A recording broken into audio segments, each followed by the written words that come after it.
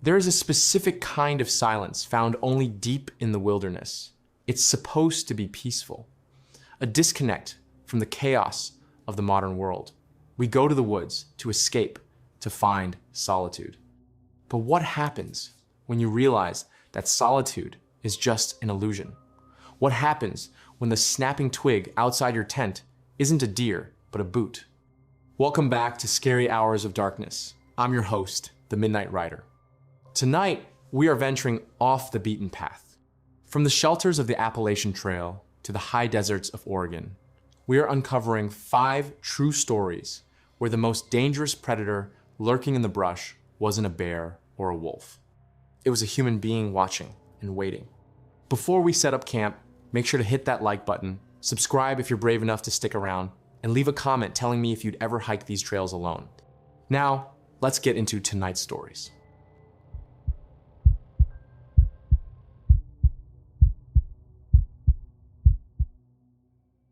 The Man at Wapiti Shelter. The Appalachian Trail is a 2,200-mile footpath where hikers usually worry about blisters, bears, or running out of water. They don't usually worry about other hikers. But in May of 1981, 2 people found out that the most dangerous thing in the woods isn't a wild animal, it's a human being. Robert Mountford Jr. and Laura Susan Ramsey were the kind of people everyone wanted to be. They were young, both 27 years old, intelligent, and deeply in love. Robert was a social worker, and Laura worked with children who had learning disabilities. They had dedicated their lives to helping people. That spring, they decided to take a break from their heavy caseloads and hike a section of the Appalachian Trail in Virginia. They were experienced outdoorsmen, well prepared, and excited for the solitude. On May 19th, they reached a well-known stopping point called the Wapiti Shelter. Now, trail shelters are usually social places. Hikers gather there to cook food, swap stories, and rest. When Robert and Laura arrived, they found another man already there. He was a local drifter named Randall Lee Smith. Almost immediately, the vibe was off. Most hikers are chatty and open, but Smith was different. He sat alone in the corner of the shelter, staring blankly. He didn't have much gear. He didn't look like a hiker. He looked like someone who was just waiting. Robert and Laura, being the kind social workers they were, tried to be polite. They likely said hello, maybe offered him some food, trying to break the tension. But Smith barely responded. He just watched them with a cold, detached intensity. The couple quickly decided they didn't want to sleep in the shelter with this guy. They pitched their tent a little ways off, hoping to create some distance. They ate their dinner, tried to shake off the creepy encounter, and eventually crawled into their sleeping bags.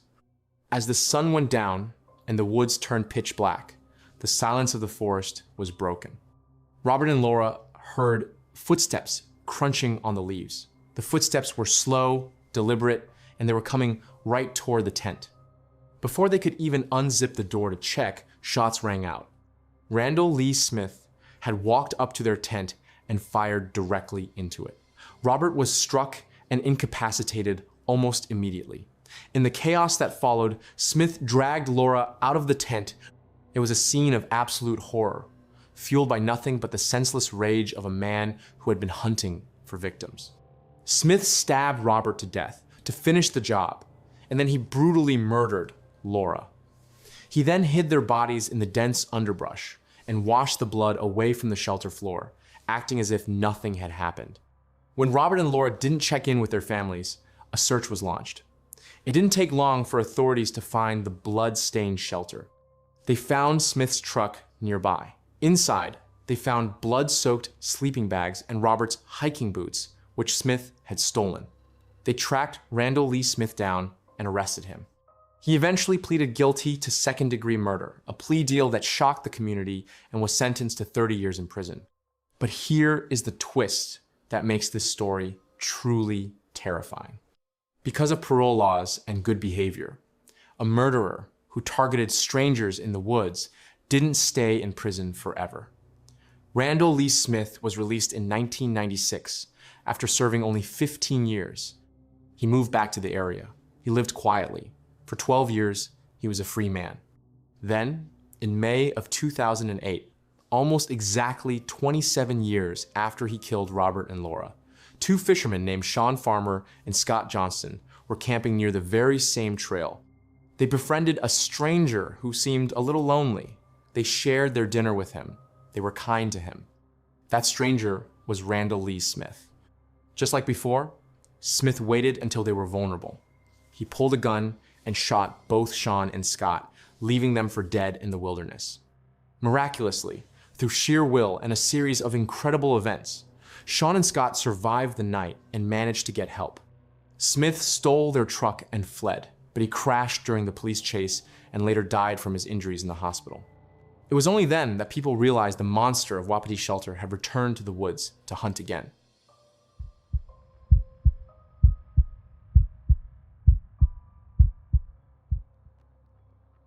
The shadow on the bridge. If you hike the Appalachian Trail, there is an unspoken rule: you look out for one another. It is a community of strangers bound together by the same grueling journey. But in the summer of 1990, two hikers discovered that not everyone on the trail is there to hike. Some are there to hide. Jeffrey Hood and Molly LaRue were the picture-perfect hiking couple. Jeff was 26 and Molly was 25. They had quit their jobs, sold their possessions, and set out to hike the entire trail from Georgia to Maine. They were strong, optimistic, and deeply in love. By September, they had made it all the way to Pennsylvania. They were nearing the end of their journey, battling the fatigue and the elements, but their spirits remained high. On September 13th, 1990, they arrived at the Thelma Marks Shelter on Cove Mountain. It was a beautiful, secluded spot. They set up camp, made dinner, and prepared for a well-earned night of sleep. But they didn't know that for the last few miles, they had been followed. Earlier that day, witnesses had seen a strange, disheveled man standing on a bridge that crossed the Susquehanna River. He wasn't hiking, he was just standing there, watching the trail. When Jeff and Molly walked past him, he didn't wave, he didn't smile. He just turned his head and watched them disappear into the woods. Then, he began to walk after them. The man's name was Paul David Cruz. He wasn't a hiker. He was a fugitive on the run for a murder he had committed in Florida. He was living in the woods, scavenging for food, and looking for his next target. That night, as Jeff and Molly slept in the shelter, the woods were dead silent.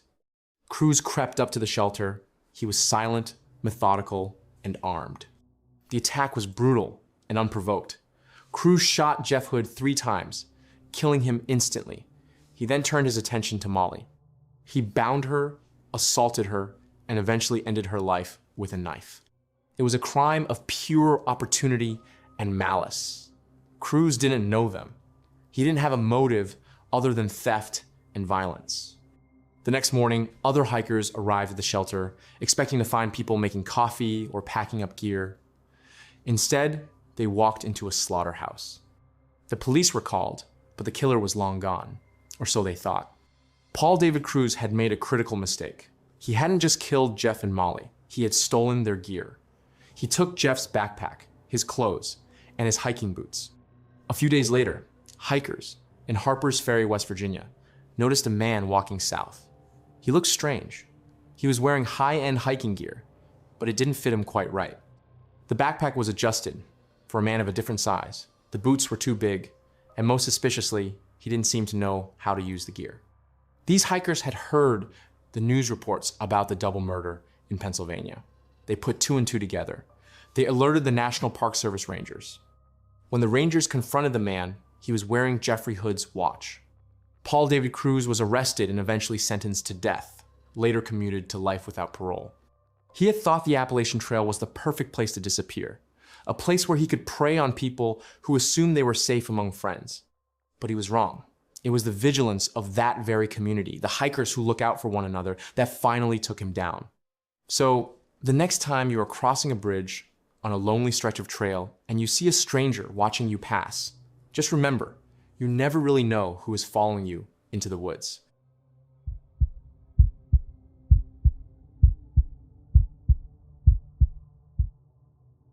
The campfire that never went out.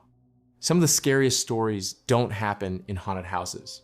They occur in the great outdoors, under the open sky, where there are no locks on the doors and no neighbors to hear you scream. And in the annals of camping horror, few stories are as baffling and terrifying as the disappearance of the Cowden family. It was Labor Day weekend, 1974.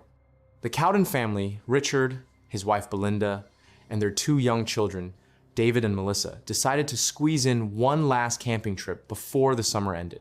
They drove their Ford pickup truck deep into the Siskiyou Mountains of Oregon to a secluded, idyllic spot near the tiny hamlet of Copper.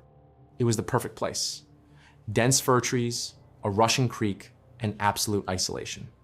On Sunday morning, September 1st, Richard was seen at a local general store buying milk. That was the last time anyone saw the Cowden family alive. The horror began later that day. Richard's mother, who lived nearby, had expected the family over for dinner. When they didn't show up, she got worried. She knew Richard was a responsible man who wouldn't just blow off a family commitment. So she and a few other relatives drove up to the campsite to check on them. What they found there has been described by law enforcement as one of the most unsettling crime scenes in history. It wasn't because of what was there, it was because of what wasn't there. The campsite was pristine. The Cowden's truck was parked nearby. The camp stove was set up. On the picnic table, there was a bowl of water and a box of milk that had been left out.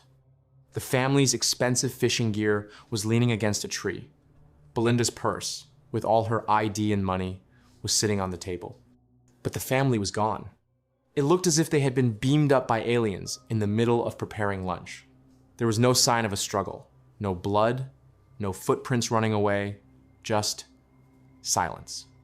The only thing missing from the campsite was the family and the clothes they were wearing. A massive search was launched. Hundreds of volunteers, police officers, and trackers combed the woods. They searched caves, dragged the creek, and flew helicopters over the canopy.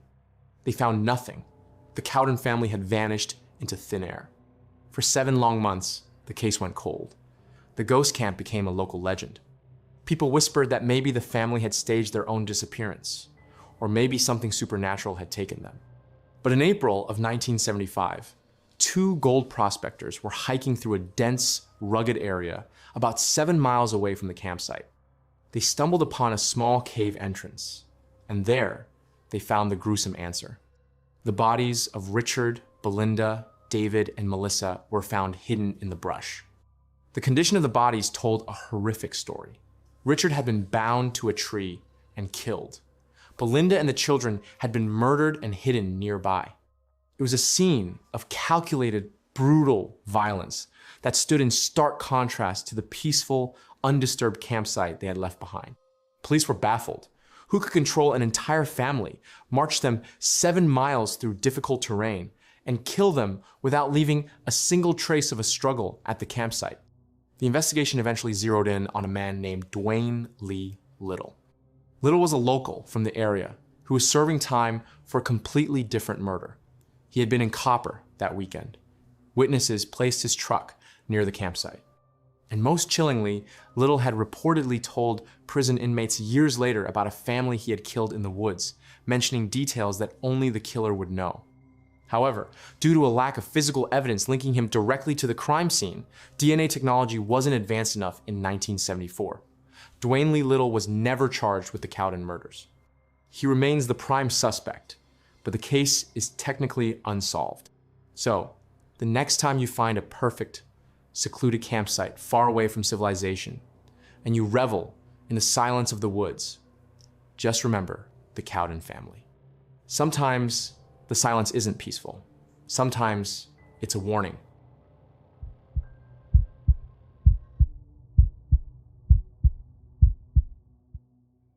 The Klein Falls Axe Attack. Sometimes the most beautiful places on Earth hide the ugliest secrets.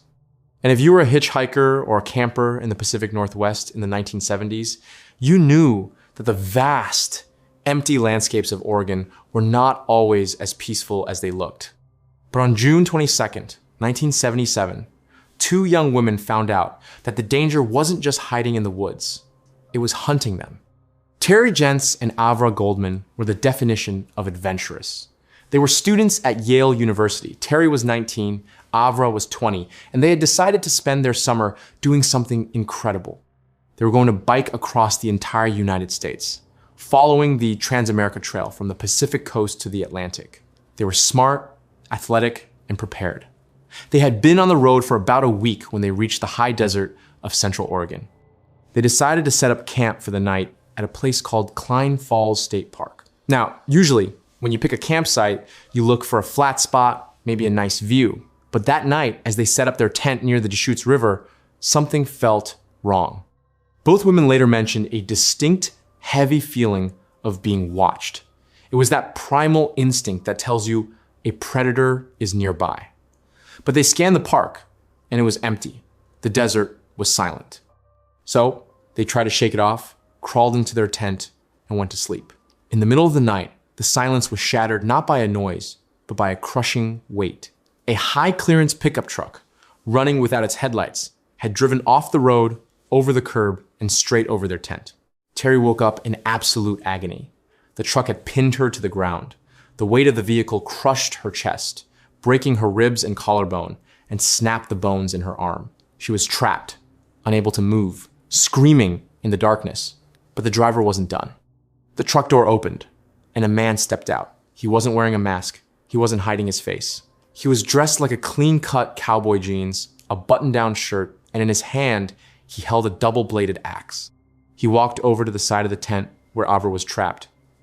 Without a word, he began to swing. He struck Avra in the head multiple times. Then, he turned to Terry. Terry Jentz was broken, bleeding, and pinned under a truck. She should have been an easy target. But as the man raised the axe to deliver the killing blow, Terry did something that defies human instinct. She didn't cover her face. She reached up. As the axe came down, Terry caught the blade with her bare hands. She gripped the metal, screaming at the man, begging him to stop. She looked him right in the eyes that she would remember for the rest of her life, and yelled, "Take what you want, just leave us alone." For a split second, the man froze. Maybe he was shocked that she was fighting back. Maybe the adrenaline wore off, but he didn't swing again. He yanked the axe free, walked back to his truck, and reversed off the tent. Then, he calmly drove away into the night. Terry was alive, but she was in critical condition. Avra was unconscious and grievously injured. Despite her broken legs and arms, Terry managed to crawl out of the wreckage. She stumbled toward the road, bleeding profusely, waving her flashlight at the dark highway. Miraculously, a truck driven by two teenagers, Bill Penhallow and Darlene Gervais, came down the road. They saw the blood-soaked woman and stopped. They loaded the girls into their vehicle and sped to the hospital. Both women survived. Avra suffered permanent injuries, including blindness, but she lived. But here is the most disturbing part of the story. For years, no one was arrested. The police mishandled evidence, and the case went cold.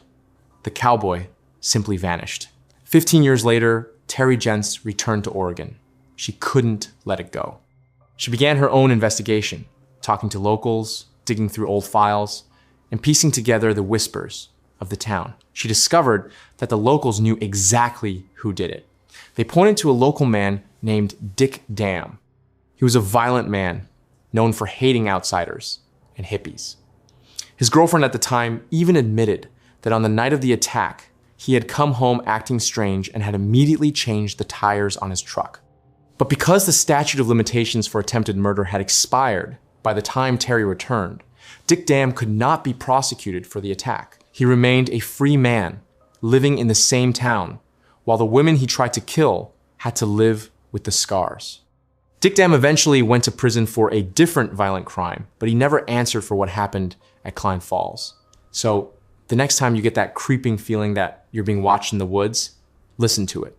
Because sometimes the monster isn't a ghost story. Sometimes it's just a man in a truck waiting for you to fall asleep.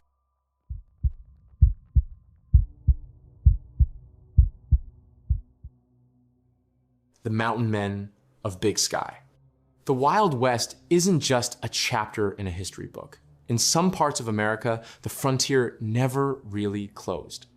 In July of 1984, a young woman named Carrie Swenson went for a run in the mountains of Montana and discovered that some people out there are still living by the laws of the 1800s.